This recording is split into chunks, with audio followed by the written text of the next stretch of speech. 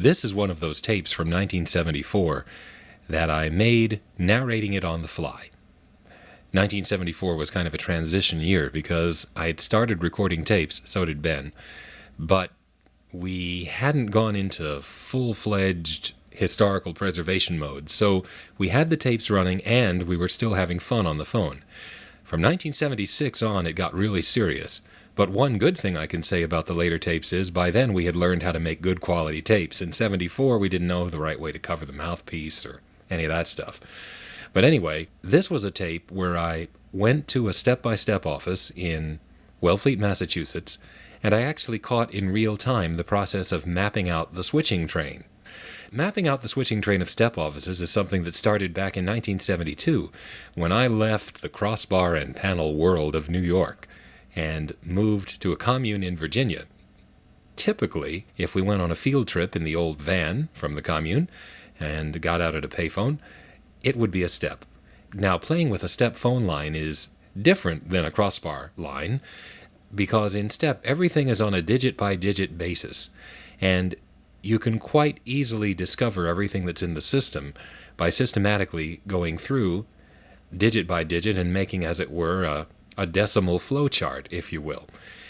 So pretty quickly in Virginia, I realized I was going to have to create a standard form, which I mimeographed up so that I could just fill one out every time I went to a new place to explore the phone system. Now, Group Bell was a small group of teenagers, and it was really like a fun little kids' clubhouse, and we had standard printed forms that we used for various purposes. And so, for the purpose of mapping out step offices, I created a new official Group Bell standard printed form, our handy-dandy Group Bell switching train sheet. Not bad for a bunch of nerds who only think they're hotch. Well, anyway, these were very useful. And here's a tape of my filling one out in real time. I made the tape as if somebody listening wanted to follow along and do the same thing. Boy, was I dreaming. But just in case one of you guys out there actually wants to get the feel of what it was like to map out the switching train in 1974, and it's not a glamorous thing, but it's a reasonably interesting thing to do, you can actually bring up one of my Group Bell switching train sheets ready to fill out for Welfleet by clicking somewhere on this webpage. And if you're going to follow along, you might as well go ahead and click and print one of those out because the tape's going to start in a few minutes. If you do follow along the tape, I'll tell you what to write in the various spaces. At the end, you basically have a flowchart of what any sequence of digits would take you to in this office.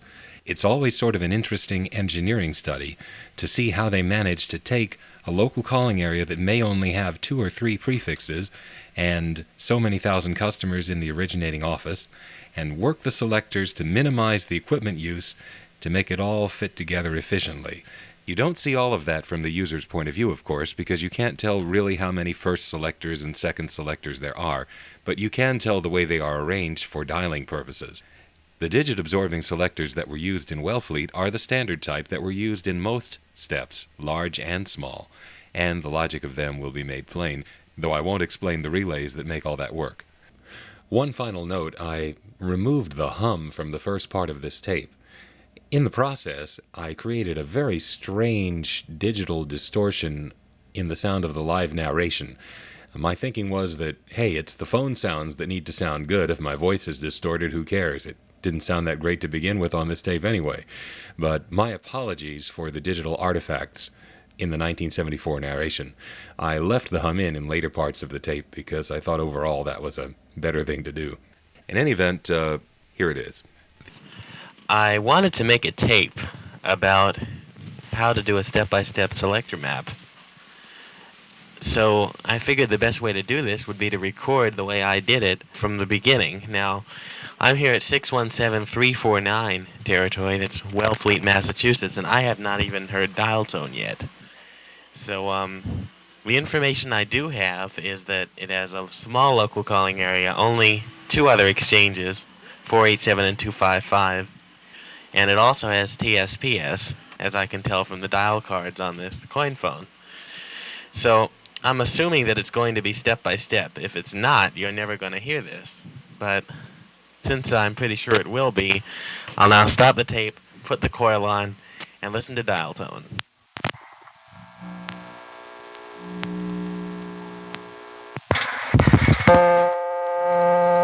Well, this is a Bell System CDO dial tone. Okay, so now I'm going to dial my own number here is 3493763, and I'm going to dial it and just see how it sounds.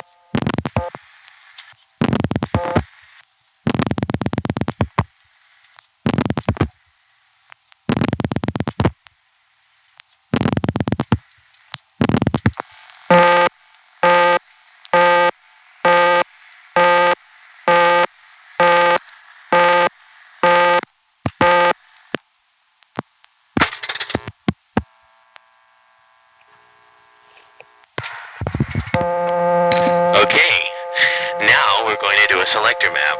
Now, 1 and 0 go to TSPS, and we'll deal with them later. So I'll start with 2. Now, I'm on one of the first selectors at this time, and I'm going to dial 2, and we'll see whether it absorbs, blocks, or cuts in. Alright, that was an absorption. Now I'm going to dial 2 again. That was a cut-in. That means that 2 is an A digit. A standing for absorbed once, because it absorbs, and then after you dial an A digit, everything cuts in. That's the way it works. You dial an A digit, and then everything cuts in. Unless, of course, all the trunks are bidgied out. Alright, so 2 is an A digit. Now I've cut into something. So here's our first piece of information. The digit 2 on the first selector is an absorbed once digit. The phone company abbreviation for that is A. So I would write an A right by the 2, and then a comma, leaving space to write whatever turns out to be on the 2 level, which hasn't been determined yet. Let me dial that again just so you can hear it again.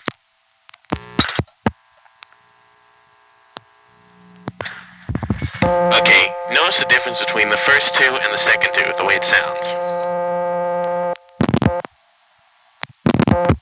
In dialing 22, you can hear a burst of dial tone at the end of each digit.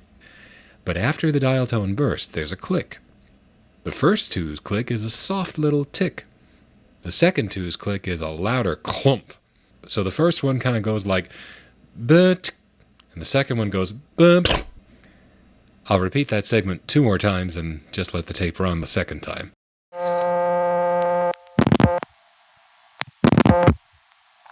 And as I was saying 30 years ago, it's those 2 sounds, the first one being an absorption, the second one being a cut-in, that have told me that the digit 2 is wired A on the first selector.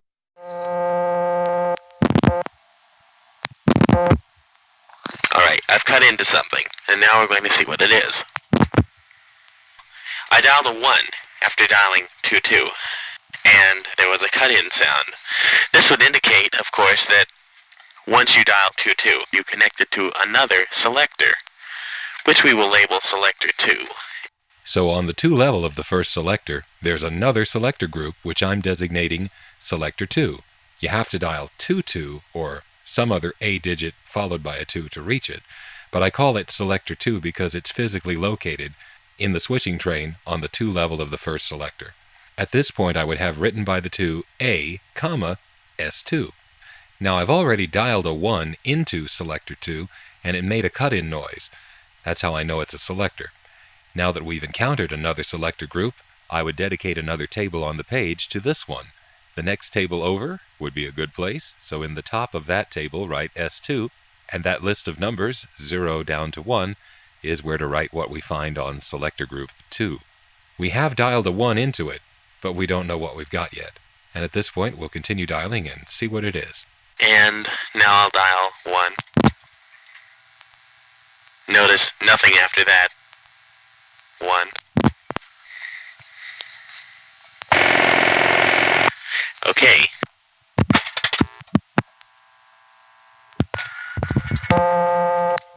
That is 349-2111 that I just dialed. Now I'll demonstrate this again. I have already dialed 2. That's an A digit. Now I'll dial 2 again. Cut into another selector.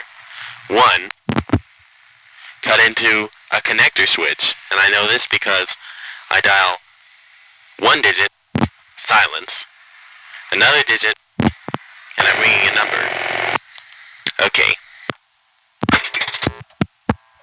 We've just found a connector switch, which is the final switch-in step that takes the final 2 digits on the 1 level of S2. So, on the list of numbers associated with S2, next to the digit 1, I would write the letter C, just indicating that there's a connector switch there. Later on, we'll go back and finish checking out S2, and we'll see how many more of these there are. They could all be Cs, or some of them could be vacant, or there could be trunks as well. Alright, so we have the 2 on the first selector marked as A digit, and on the level is selector 2. Now later on we'll map out the selector you get when you dial an A digit plus 2. But we're not going to do that now. And we know that selector 2 has some 349 numbers on it. It may have other things. We will see. Okay, now I'm going to dial 3. Alright, that was absorbing. So I'll dial it again and see whether it's absorbed repeatedly. It is. So here you can hear the sound of a digit being absorbed.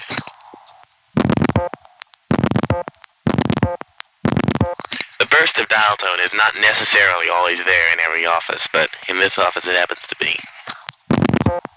Alright, so we can mark down 3 as an absorbed repeatedly digit.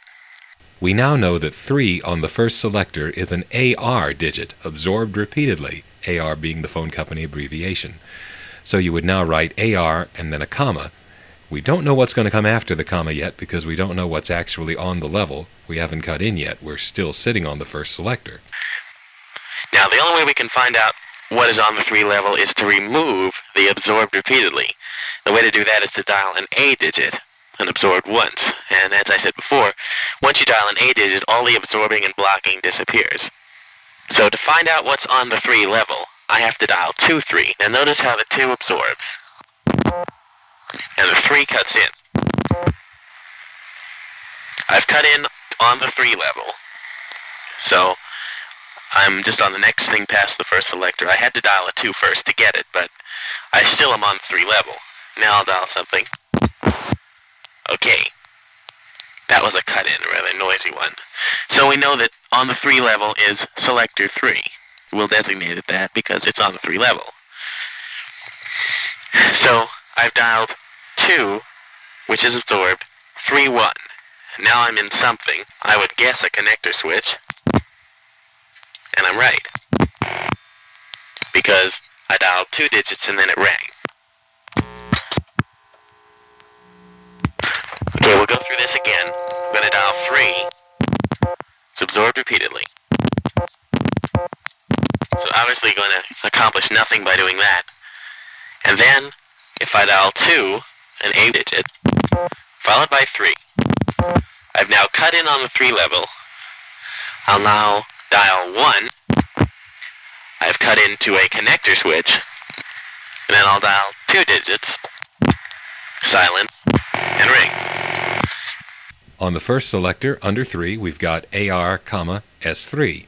And here I would dedicate the next table over, which I guess is the third one on the page, to S3, writing S3 at the top, and next to the 1 in that table, the letter C, to indicate the connector switch that we found there. Alright, now we'll see what's on the 4 level. And of course we'll go back and check out all the levels on that 3 selector also. But first we want to do the first selector. That was a cut-in. That was 4 I dialed, that was a cut-in. So I'm on something. Now I'll dial 1. Well, I want some more directory assistance. Directory assistance? Yes, sir. Yeah, testing operator. What city is this? This city? Hyannis. Hyannis? Yes. Thank you. You're welcome.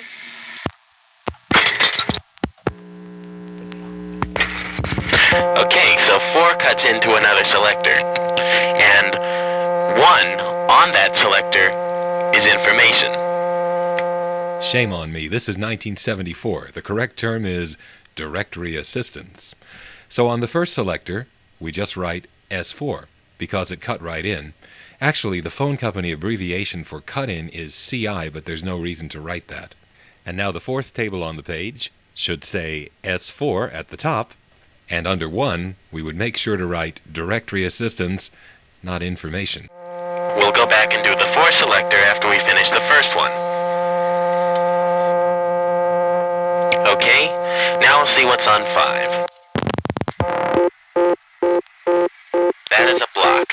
On the first selector, 5 should now say B, and then a comma. Let me hang up and record that again. Now that's interesting. I hung up for not quite long enough and I remained on the same selector and it just gave me a new dial tone. That's kind of nice. Alright. Now I'm going to hang up. Once again I did that. Well, I'm sick of this selector. I'll dial 5 again. And I'm going to get completely off of it. Okay, starting from scratch. Now, when I dialed 5, it's blocked, which means that I'm going to have to dial an A digit before I can actually get in on the 5 level. Now, the only A digit we have so far is 2. So I'd be dialing 25. Now I look here and I see that 255 is one of the exchanges in the local calling area, so keep in mind that a customer dialing 255 would get whatever I'm about to dial. Now, I would guess, even before I do this, I would guess in advance that 25 would cut into the trunk to the 255 office. So, let me see if I'm right. Here's the A digit. And now I'm going to dial 5, which will cut in.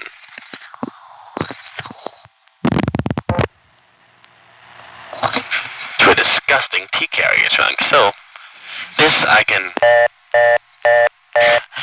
A disgusting T-carrier trunk to a crossbar 5 office yet. Okay. Let's do that again. 2. It's an A. 5. Disgusting T-carrier. Now I'll dial the steering digit 5 plus 0000.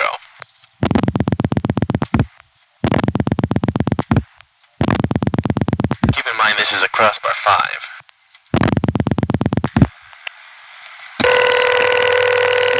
It looks like that number is not going to intercept.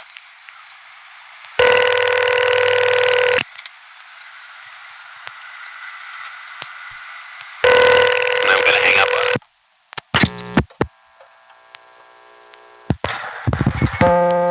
Okay. So we know that on the 5 level is the 255 office, which expects you to dial a 5 plus 4 digits into its trunks. But you have to dial the digit 2 first. You can't just dial 5 to get in because it's blocked. Under 5 on the first selector, I'd have written something like B, comma, Orleans 5XB. Now I'm going to dial 6. And that is a cut-in. Okay, now I'll dial 1. We've cut in again to... Repair service. Okay, now we know that on the 6 level is another selector, and it's wired to cut in. Who are you? So we mark that down as selector 6, and on the 1 level on the 6 selector is repair service. So of course customers need only dial 61 rather than 611. Who are you? Who am I? Yeah. I'm a phone freak and I'm doing a select... You're a phone freak, all right, pal. What?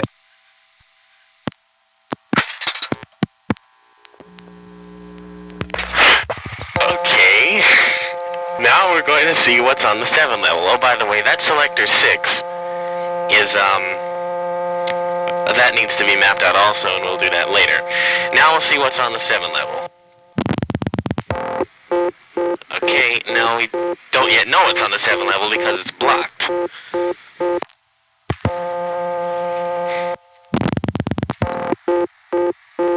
Okay, now I'm going to hang up on it and dial 27, 2 being an A digit, which will allow me to cut into the 7 level.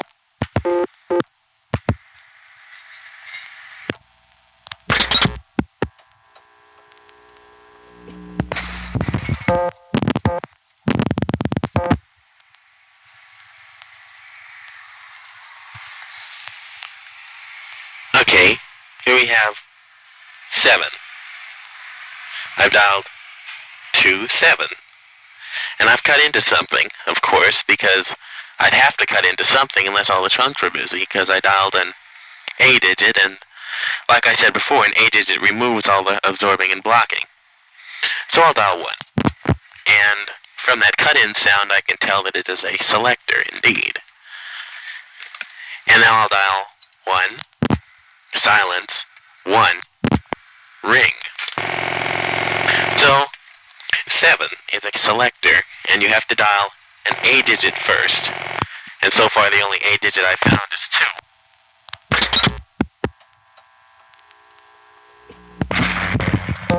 Well, I just found out that there is some supervision grace here because that number did answer and I hung up, and fortunately my dime returned.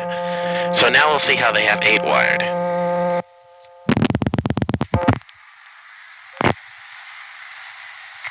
Oh, really?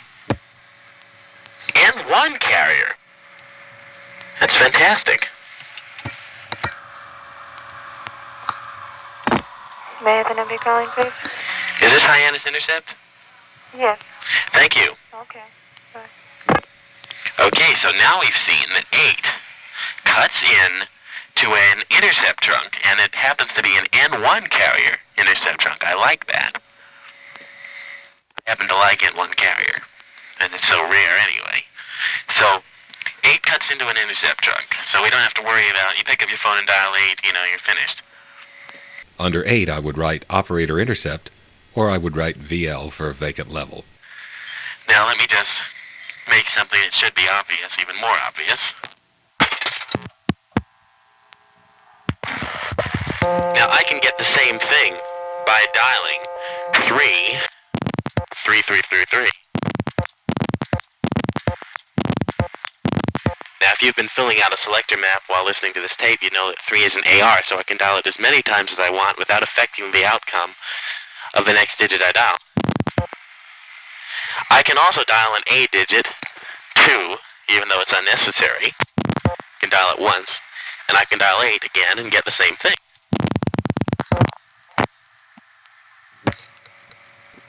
We tripped immediately and got put into the N1 carrier trunk. Special operator, what number did you dial? I dialed 8. Bye-bye.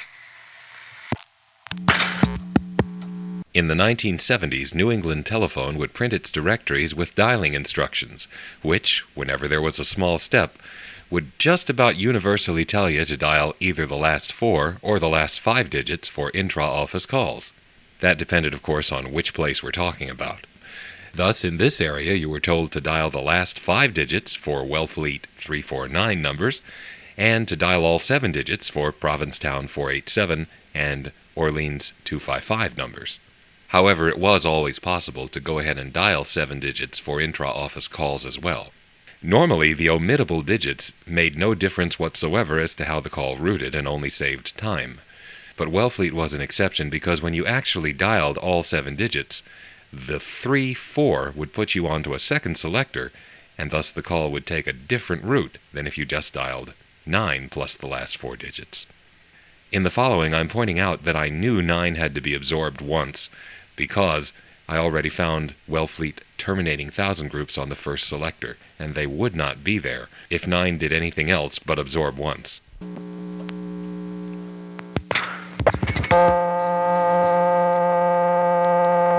Okay, now I'm going to dial 9. 9 is absorbed once. I knew it was going to be absorbed once. And how do I know this? Well, we've already found that there are 349 numbers, or 349,000 groups wired directly on the first selector. They obviously have it wired so that you can dial, if you're a customer, you can dial just 9 plus the last 4 digits of the number. So I've dialed 9, it's an A digit. Now I'm going to dial 9 again. Cut into something. Dialed 1 into that. Okay, what happened was I cut... Okay, let me just start over here.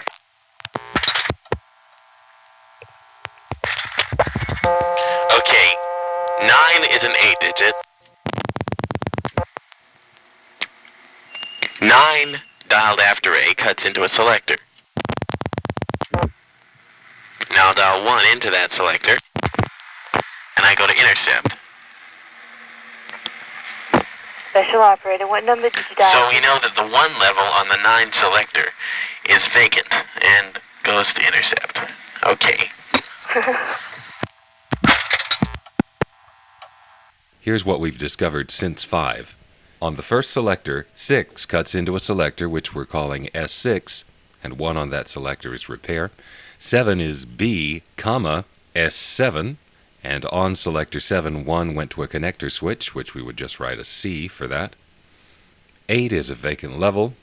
9 is A, comma, S9. And on S9, which would be yet another table on the page, 1 is a vacant level. 1 and 0 go to TSPS, so you could go ahead and write those in, although that will be demonstrated at the end of the map in a separate program. So at this point we do have the beginning of what is in effect a digit-by-digit flowchart for phone calls from Welfleet. When a digit is absorbed, you don't progress, but you stay right where you are. If it's absorbed repeatedly, there's no change at all. If it's absorbed once, you still stay where you are, but you know the next digit is not going to be absorbed or blocked. And that's the basic rule.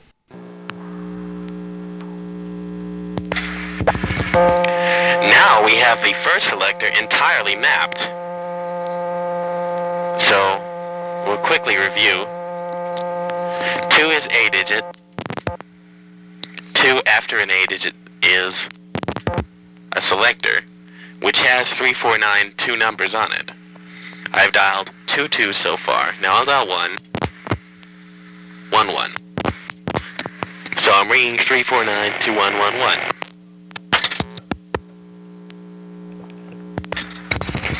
3 is an AR digit. Dial as many times as I want. If you cut into the 3 level by dialing either a 9 or a 2 first. Now we found just recently that 9 was also an A digit, so I can do whatever I want. I'll dial 9 this time. See, that's absorbed, but only absorbed once. Now I'll dial 3. I've cut in.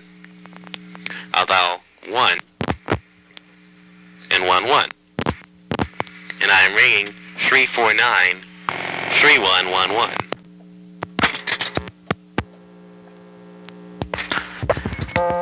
4 cuts right into a selector, and 1 on that selector is information, which is also on an N1 carrier trunk, although it's not quite as obvious.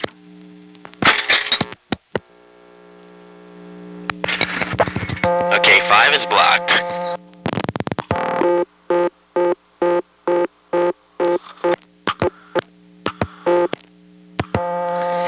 And if you dial an A digit followed by 5, you'll cut into the 255 office. Disgusting T carrier. 5 1212.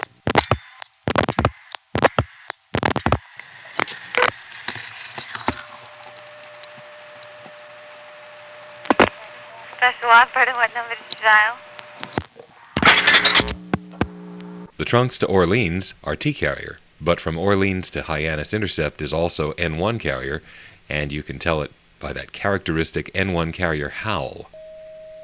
This sound is actually caused by the 3700 Hz tone of an adjacent channel spilling through onto this channel, and it goes off or on depending upon the adjacent channel's state. Not all N1 carrier trunks would have this sound prominent on them, however. The trunks we got to directory assistance a while back sounded more like the N1 carrier trunks we heard in 1976 from Rising Sun, Maryland. So 255 1212 is a non-working number there. Okay. Now on the 6th level, you cut directly into the selector on the 6th level when you dial 6. And 1 is, of course, as you remember from before, repair service.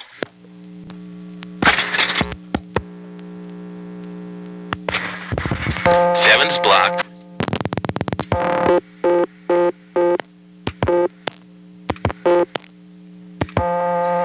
And 7 dialed after the digit 9 or 2. I'll dial 9 this time.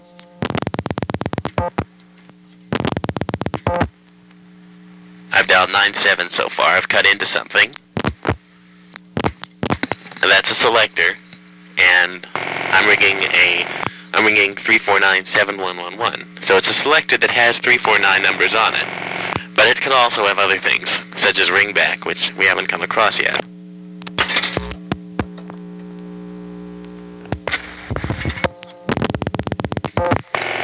Eight is intercept, which I just dialed.